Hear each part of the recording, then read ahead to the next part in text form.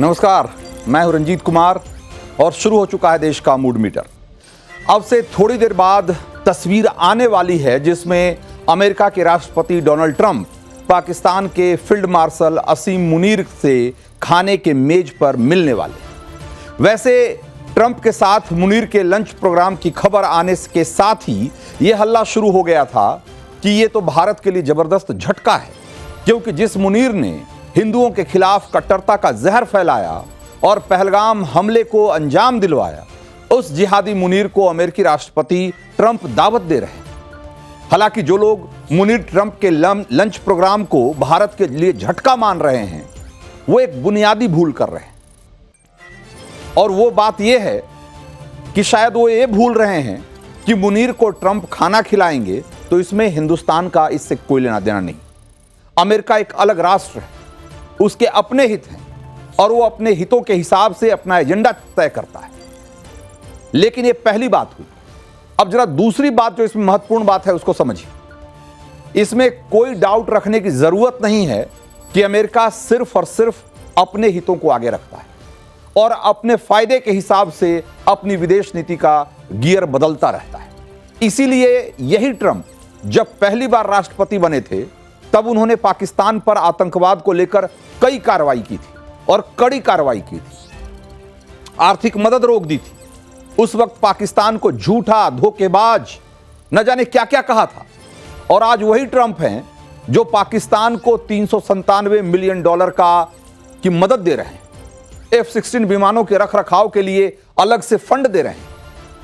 आतंकवाद के खिलाफ लड़ाई में पाकिस्तान को अमेरिका का असाधारण साझेदार बता रहे हैं।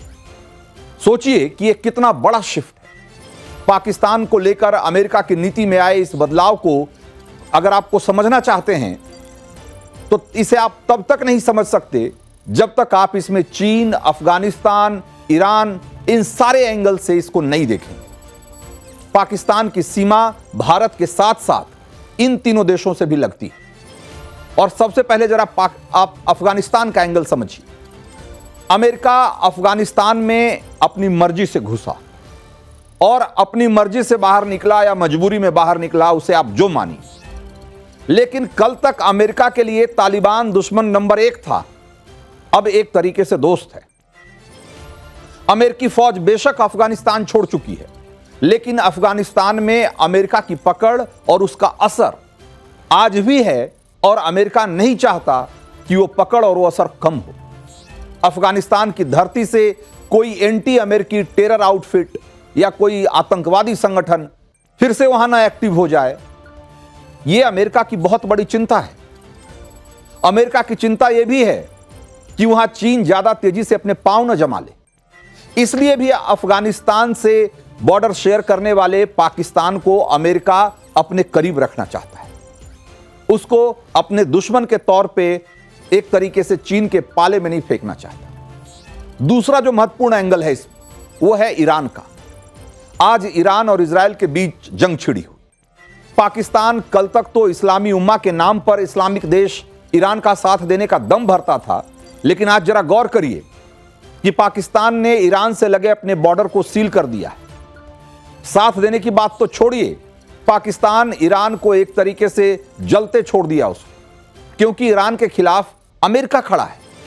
और एक्सपर्ट मान रहे हैं कि ईरान की पूर्वी सीमा पर अपनी मौजूदगी बढ़ाने के लिए अमेरिका पाकिस्तान के सैन्य अड्डों को इस्तेमाल करना चाहता है या वहां अपने सैन्य अड्डे स्थापित करना चाहता है, और इसके लिए उसे पाकिस्तान की जरूरत है। यहां पर एक बात और महत्वपूर्ण है कि अगर इजराइल और ईरान की इस जंग में अमेरिका कूदता है तो उसे ईरान को घुटने पर लाने के लिए पाकिस्तान की मदद की जरूरत पड़ेगी। उसे पाकिस्तान के एयर बेस, उसके हवाई अड्डों को इस्तेमाल करने की जरूरत पड़ेगी। और ऐसे में जो मुनीर है उससे मीटिंग का इसको इस कंटेक्स्ट में, इस संदर्भ में जब आप समझेंगे तब आपको लगेगा कि ट्रंप और मुनीर की इस बैठक का हिंदुस्तान से कहीं ज्यादा रिश्ता इस ईरान और इजराइल जंग से है। क्योंकि अगर पाकिस्तान के सैनिक जो इंफ्रास्ट्रक्चर है, जो मिलिट्री इंफ्रास्ट्रक्चर है, अगर उसको इस्तेमाल करना है तो वहां की सेना को वहां के जनरल को अपने साथ रखना जरूरी है। और ट्रंप इस बात को समझते हैं, इसीलिए मुनीर के साथ आज लंच कर रहे हैं। इसमें तीसरा इंपॉर्टेंट जो फैक्टर है वो चीन का है। आपको यह याद दिलाने की भी जरूरत नहीं है कि हाल के दिनों में अमेरिका और चीन के बीच ट्रेड को लेकर कितनी तनातनी रही। एक दूसरे पर टैरिफ दागने वाले अमेरिका और चीन एक दूसरे पर हावी होना चाहते हैं। पाकिस्तान के भीतर चीन किस कदर घुसा हुआ है यह भी सबको पता है। हथियार से लेकर एयरपोर्ट तक पाकिस्तान में जो कुछ आप देखेंगे, जो कुछ हो रहा है डेवलपमेंट के नाम पे, वो सब चीन के जरिए हो रहा है। उसमें सबका चीन से कनेक्शन है। ऐसे में पाकिस्तान पर चीन के प्रभाव को कम करने के लिए, चीन को काउंटर करने के लिए पाकिस्तानी आर्मी के मुखिया को रोटी और बोटी दोनों खिलानी पड़ी। और यही बात अपने यहां के कुछ विपक्षी नेता शायद नहीं समझ पा रहे, जबकि आपको ये बताते हैं कि मुनीर को खाना खिलाने के पीछे की जो तमाम वजहें, ये खुद जो बातें मैं कह रहा हूं इसमें से कई बातें खुद चीन के अखबार और चीन के एक्सपर्ट कह रहे हैं। आपको एक वानगी के तौर पे आपको दिखाता हूं। चीन का एक अखबार है साउथ चाइना मॉर्निंग पोस्ट, इसमें भी मुनीर के अमेरिका दौरे को लेकर के एक लेख छपा है। और इसमें क्या लिखा गया है जरा उस पर गौर करिए। इसमें मुनीर के अमेरिका दौरे के पीछे 3 बड़ी वजह जो गिनाई गई है, उसमें पहला है कि चीन का फैक्टर, दूसरा है क्रिप्टो, और तीसरा है रेयर मिनरल्स, जिसको कि आप समझिए कि जो कि आज की तारीख में अमेरिका के लिए बहुत महत्वपूर्ण है। वो मिनरल्स की जो बात है, rare minerals, rare earth metals की बात जो की जा रही है, वो तीसरा बड़ा फैक्टर है। अब ये तीनों फैक्टर को गौर से समझिए। चीन ऐसा क्यों सोच रहा है? इन्हीं तीनों चीजों के लिए ट्रंप मुनीर को बिरयानी खिला रहे हैं, ये बात चीन क्यों कह रहा है? तो चीन का जो अखबार है वो साफ साफ लिखता है कि चीन को काउंटर करने के लिए अमेरिका पाकिस्तान को लुभाने में लगा है। इससे आगे इसी में लिखा गया है कि इसी साल की शुरुआत में अमेरिकी अधिकारी इस्लामाबाद में रेयर मिनरल्स को लेकर चर्चा करने गए थे और दोनों देशों के बीच इसको व्यापार को लेकर के चर्चा चल रही। यानी चीन मानता है कि पाकिस्तान में आज के टाइम में अगर सबसे कोई पावरफुल है तो व्यक्ति पीएम नहीं, तो शहबाज शरीफ नहीं है, बल्कि नया जो फील्ड मार्शल असीम मुनीर है वो है। और इसीलिए उसके साथ ट्रंप बैठक कर रहे हैं। इसीलिए अमेरिका को पाकिस्तान के साथ कोई डील अगर करनी होगी तो ट्रंप को मुनीर से बात करना होगा, और वही हो भी रहा है। यह बात खुद चीन का अखबार कह रहा है कि पाकिस्तान में अगर आज की तारीख में कोई ज्यादा ताकतवर है तो वो मुनीर है, न कि शहबाज। इसके अलावा चीन यह भी कह रहा है, उसी अखबार में भी लिखा गया है कि पाकिस्तान ने हाल ही में जो नेशनल क्रिप्टो करेंसी रिजर्व का ऐलान किया है, उसका ट्रंप के परिवार से जुड़े बिजनेस से रिश्ता है, लेना देना है। इसीलिए एक तरीके से चीन भी ये इशारा कर रहा है कि ट्रंप और मुनीर का जो लंच प्रोग्राम है वो एक बिजनेस लंच के तौर पर इसको देखा जाना चाहिए। तो अगर पाकिस्तान के ऑल वेदर फ्रेंड चीन की नजर में ही मुनीर और ट्रंप का लंच प्रोग्राम एक बिजनेस लंच दिख रहा है, और इस बात से अगर सबसे ज्यादा दर्द अगर किसी को होना चाहिए था तो शहबाज को होना चाहिए था, लेकिन हो किसको रहा है? दर्द हो रहा है अपने यहां कांग्रेस पार्टी के नेताओं को, जयराम रमेश को। ट्रंप और मुनीर की जो मुलाकात हो रही है, और यहां जयराम रमेश हवा यह बना रहे हैं कि सब मोदी जी की डिप्लोमेसी का फेलियर है, उसका नतीजा है। यह भारत के डिप्लोमेटिक फेलियर का नतीजा है। अब सोचिए कि किस तरीके से एक नैरेटिव को डिस्टॉर्ट करके, उसको घुमा करके, ट्विस्ट करके पेश किया जा रहा है। आज इसी तरह की मनगढ़ंत थ्योरी को आगे बढ़ाते बढ़ाते जयराम रमेश ने सच और झूठ के बीच की लकीर भी पार कर दी। आज जब विदेश सचिव विक्रम मिश्री ने आकर यह जानकारी दी कि प्रधानमंत्री नरेंद्र मोदी और अमेरिका के राष्ट्रपति डोनाल्ड ट्रंप के बीच 35 मिनट तक फोन पर बातचीत हुई है, और इस बातचीत में पीएम मोदी ने ट्रंप को साफ साफ ये बता दिया है कि भारत ने न तो कभी मध्यस्थता स्वीकार की थी और न ही वो स्वीकार करेगा, न तो कभी पहले स्वीकार की है, न इस बार किया है और न आगे करेगा। और इस मामले पर भारत में पूर्ण रूप से राजनीतिक एकमत है। यह महत्वपूर्ण बात उसमें थी कि इस बात को लेकर कि भारत और पाकिस्तान के बीच जो रिश्ते हैं, इसमें किसी तीसरे देश की जरूरत नहीं है। इस बात पे भारत में राजनीतिक एकजुटता है, एकमत है, यह बात उन्होंने अंडरलाइन की। लेकिन पीएम मोदी ने ट्रंप से जो राजनीतिक एकमत और एकजुटता की बात कही, एक तरीके से जयराम रमेश उसका विरोध करने आ गए, और वो भी एक पुराना चिट्ठा लेकर। पीएम मोदी और ट्रंप के बीच हुई बातचीत को लेकर जयराम रमेश ने दावा किया कि विदेश सचिव जो कुछ कह रहे हैं राष्ट्रपति ट्रंप के प्रेस नोट में तो ये है ही नहीं, लेकिन शायद मोदी को घेरने की जल्दबाजी में जयराम रमेश एक पुराना प्रेस नोट लेकर चले आए, और वो प्रेस नोट था 27 जनवरी का। बात हुई आज 18 जून को, और प्रेस नोट वो निकाल कर लाए 27 जनवरी का। अब सोचिए कि कांग्रेस पार्टी आज की तारीख में कितनी हड़बड़ी में है, और मोदी विरोध में या मोदी को घेरने की जल्दबाजी में वो किस हद तक जा रही है। वो ये भी नहीं चेक करने की जरूरत समझ रहे हैं, जहमत नहीं उठा रहे हैं कि वो जो कह रहे हैं वो असली है या फर्जी है। वो कहीं जो व्हाट्सएप और सोशल मीडिया पर चलने वाली कोई फर्जी नैरेटिव या फर्जी डॉक्यूमेंट तो नहीं है। सोचिए कि 27 जनवरी का एक प्रेस नोट लेकर आ गए, और उसके आधार पे उन्होंने कहा कि देखिए व्हाइट हाउस के प्रेस नोट में तो ये बात लिखी ही नहीं गई, जबकि सच ये है कि अभी तक व्हाइट हाउस ने इस पर कोई प्रेस नोट जारी नहीं किया। और सोच लीजिए कि कूटनीति के मामले में कांग्रेस राजनीति करने को लेकर किस हद तक नीचे गिर चुकी है कि एक तरीके से फेक न्यूज ही फैलाने लग गई और रंगे हाथ पकड़ी भी गई। इसके बाद जयराम रमेश को माफी मांगनी पड़ी, बयान वापस लेना पड़ा। वैसे मोदी और ट्रंप की बातचीत नरेंद्र सरेंडर की काल्पनिक कहानी सुनाते आ रहे राहुल गांधी के लिए भी एक बड़े झटके से कम नहीं है। और एक कितना बड़ा झटका है, इसे लेकर दिल्ली के मंत्री मनजिंदर सिंह सिरसा ने एक बड़ा दिलचस्प बयान दिया है। एक बार जरा सुनिए। अब कांग्रेस को छोड़िए, राहुल गांधी जी का कसूर नहीं है। उनको जो ट्विटर लिखने वाले वो बच्चे जो पर्ची लिख के दे देते हैं, बेचारे वो पढ़ देते हैं, उसमें से भी आधा गलत बोल देते हैं। देखिए, बहुत बड़ी जीत है। हमारे विदेश मंत्री जी ने इसको स्पष्ट किया है। भारत के प्रधानमंत्री और जो राष्ट्रपति हैं अमेरिका के, उनके बीच बातचीत में हमारे भारत के प्रधानमंत्री ने स्पष्ट बताया कि हम किसी भी तरह की बातचीत तीसरे मुल्कों बीच में अलाउ नहीं करेंगे। तो ट्रंप और मुनीर के लंच प्रोग्राम को लेकर मोदी पर निशाना साधने की जल्दबाजी में कांग्रेस ने कुछ बड़े और इंपॉर्टेंट फैक्टर्स या लाइनों को, एक तरीके से समझिए मैसेज को नजरअंदाज कर दिया है। और इस मैसेज को समझना जरूरी है, ये आपकी और हमारे लिए इस बात को समझना जरूरी है। पहला मैसेज तो यह है, पहली बात जो इसमें महत्वपूर्ण थी वो ये कि कांग्रेस ये बात भूल गई कि मुनीर से मुलाकात से पहले ट्रंप ने खुद कॉल करके मोदी से बात की, और इसी बातचीत में पीएम मोदी ने क्लियर कर दिया कि ऑपरेशन सिंदूर पर न ट्रंप से बात हुई है और न उनके डिप्टी जेडी वांस से।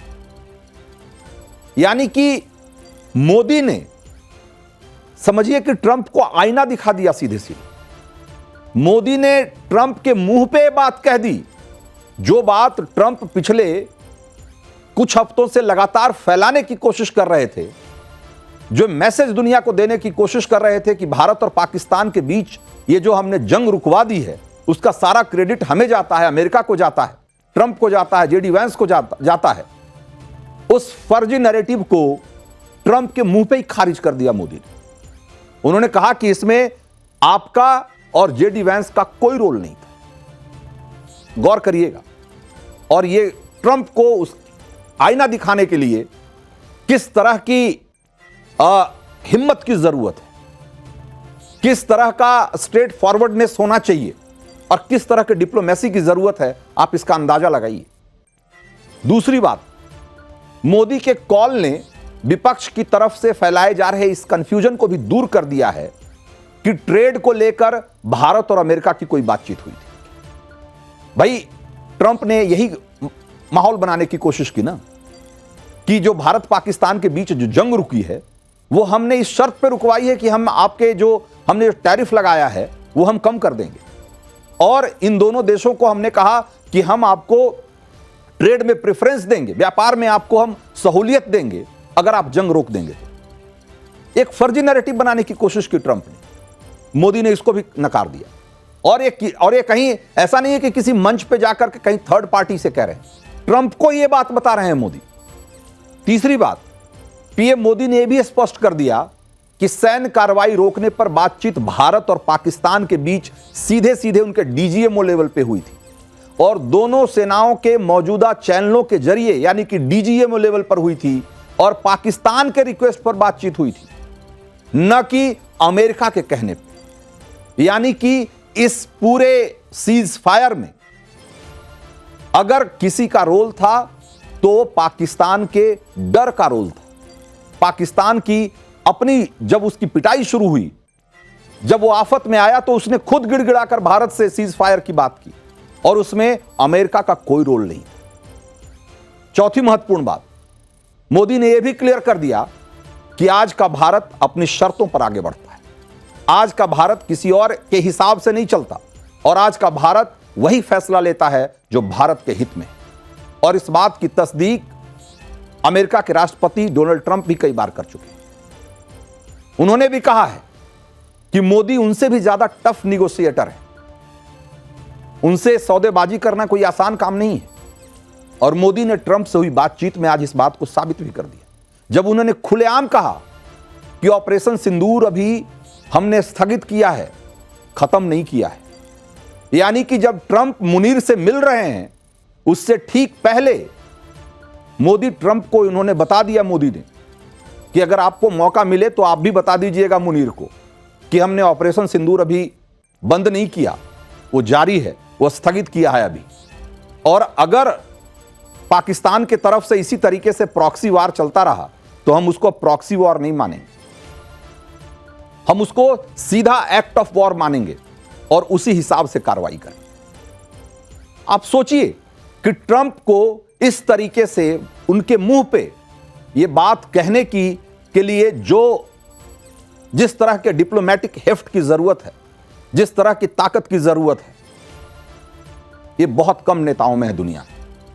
और इसीलिए ट्रंप कहते हैं कि मोदी दुनिया के सबसे टफ निगोशिएटर्स में से एक है और उनसे कोई सौदेबाजी करके आगे नहीं जा सकता। इतना ही नहीं, आप देखिए, इस बात पे गौर करिए, यहां लोग क्या माहौल बना रहे थे कि G7 पर पहले तो कांग्रेस ने माहौल बनाने की कोशिश की कि मोदी को बुलाया ही नहीं गया। बाद में जब मोदी G7 में गए तो कुछ और माहौल बनाने की कोशिश हुई कि G7 के नेताओं की जो ग्रुप फोटोग्राफ हो रही थी उसमें मोदी क्यों नहीं है। अरे भाई, जब G7 के नेताओं के ग्रुप फोटोग्राफ है तो उसमें मोदी क्यों होंगे। मतलब ऐसे फर्जी टाइप के इतने नैरेटिव चलाने की कोशिश हो रही है। लेकिन मोदी ने यह स्पष्ट तौर पे बताया कि अगर आप कोई भी देश, ट्रंप ही क्यों नहीं हो, अमेरिका ही क्यों नहीं हो, आज के भारत को टेकन फॉर ग्रांटेड नहीं ले सकता। इसीलिए ट्रंप ने जब उनको कहा कि अगर हो सके तो आप कनाडा से अमेरिका होते हुए वापस लौटें तो हम लोग की मुलाकात हो जाएगी, तो मोदी ने साफ साफ मना कर दिया। एक बार जरा सुनिए विक्रम मिश्री क्या कह रहे हैं। राष्ट्रपति ट्रंप ने प्रधानमंत्री मोदी से पूछा कि क्या वे कनाडा से वापसी में अमेरिका रुक कर जा सकते हैं। पूर्व निर्धारित कार्यक्रमों के कारण प्रधानमंत्री मोदी ने अपनी असमर्थता व्यक्त की। दोनों लीडर्स ने तब तय किया कि वे निकट भविष्य में मिलने का प्रयास करेंगे। तो ट्रंप और मुनीर का जो लंच प्रोग्राम चल रहा है या ये लंच मीटिंग चल रही है, उसको लेकर के भारत में जो माहौल बनाने की कोशिश हो रही है, उस नैरेटिव को जरा समझिए कि उसके जरिए क्या साबित करने की कोशिश की जा रही है। यह अलग बात है कि आज तक अमेरिकी राष्ट्रपति ने किसी विदेशी सेना के प्रमुख के साथ कोई लंच का ऐसा कोई प्रोग्राम आयोजित नहीं किया था। पाकिस्तान के ही अगर सैनिक लीडर्स इससे पहले अगर कभी अमेरिकी राष्ट्रपति से मिले, जैसे कि अयूब खान, जियाउल हक और परवेज मुशर्रफ वगैरह वगैरह, तो अमेरिकी राष्ट्रपति से उनकी मुलाकात के पहले उन्होंने तख्ता पलट करके एक तरीके से देश का लीडरशिप अपने हाथ में ले लिया था। वो राष्ट्रपति की हैसियत से मिले थे, न कि सेना प्रमुख की हैसियत। और इधर सहवाज के होते हुए, प्रधानमंत्री के होते हुए मुनीर डायरेक्ट अमेरिका से डील कर रहे हैं। इससे एक बात स्पष्ट हो जाती है कि अमेरिका भी इस बात को मान चुका है कि पाकिस्तान में सेना ही सुप्रीम है और सेना चीफ ही सुप्रीम लीडर है। और ये इस बात का भी इशारा है कि आज नहीं तो कल गद्दी मुनीर के पास जाने वाली। वैसे ट्रंप के साथ मुनीर का लंच प्रोग्राम फिक्स करवाने की जो पाकिस्तानी अमेरिकी बिजनेसमैन साजिद तरार हैं, उनका नाम आ रहा है कि उन्होंने इसको फिक्स कराया है। American Muslim for Trump group की स्थापना करने वाले साजिद तरार लंबे समय से ट्रंप का घनघोर समर्थक रहा है और तरार के एक होटल में मुनीर के लिए कम्युनिटी रिसेप्शन का भी आयोजन किया गया है। तो मुनीर और ट्रंप के बीच डील कौन करा रहा है, ये बात तो सबको पता हो गई। डीलर कौन है, ये बात तो समझ में आ गई। लेकिन डील क्या हो रही है, इसको लेकर के एक और थ्योरी सामने आ रही। बताया यह जा रहा है कि ट्रंप प्रशासन पाकिस्तानी सेना को खुफिया जानकारी जुटाने और जासूसी के काम सौंप रहा है। और सूत्रों के मुताबिक पाकिस्तान की खुफिया एजेंसी ISI के लगभग 300 एजेंट को पहले ही ईरान पाकिस्तान जो बॉर्डर है उस पर जासूसी का अभियान चलाने का काम सौंप दिया गया है, जो लगभग 909 किलोमीटर तक जो फैली हुई सीमा है, वहां से जो इंटेलिजेंस जुटाने का काम है। अभी जब इजराइल और ईरान के बीच जंग चल रही है तो इस खुफिया जानकारी की बहुत कीमत है और इस संदर्भ में, इसी परिप्रेक्ष्य में इस मीटिंग को देखी जानी चाहिए। वैसे भी पाकिस्तान का आटा गीला हो चुका है, कंगाली की हालत है, ऊपर से भारत ने पानी रोक रखा है। ऐसे में मुनीर को मालूम है कि अमेरिकी खैरात अगर पानी है तो किराए की फौज की तरह काम करना पड़ेगा और वो वही कर रहे हैं। बहरहाल देश का मूड मीटर में अब वक्त है अगली स्टोरी का और आपको यह बताने का कि ईरान ने अमेरिका को धमकी देकर कैसे बहुत बड़ी गलती कर दी है।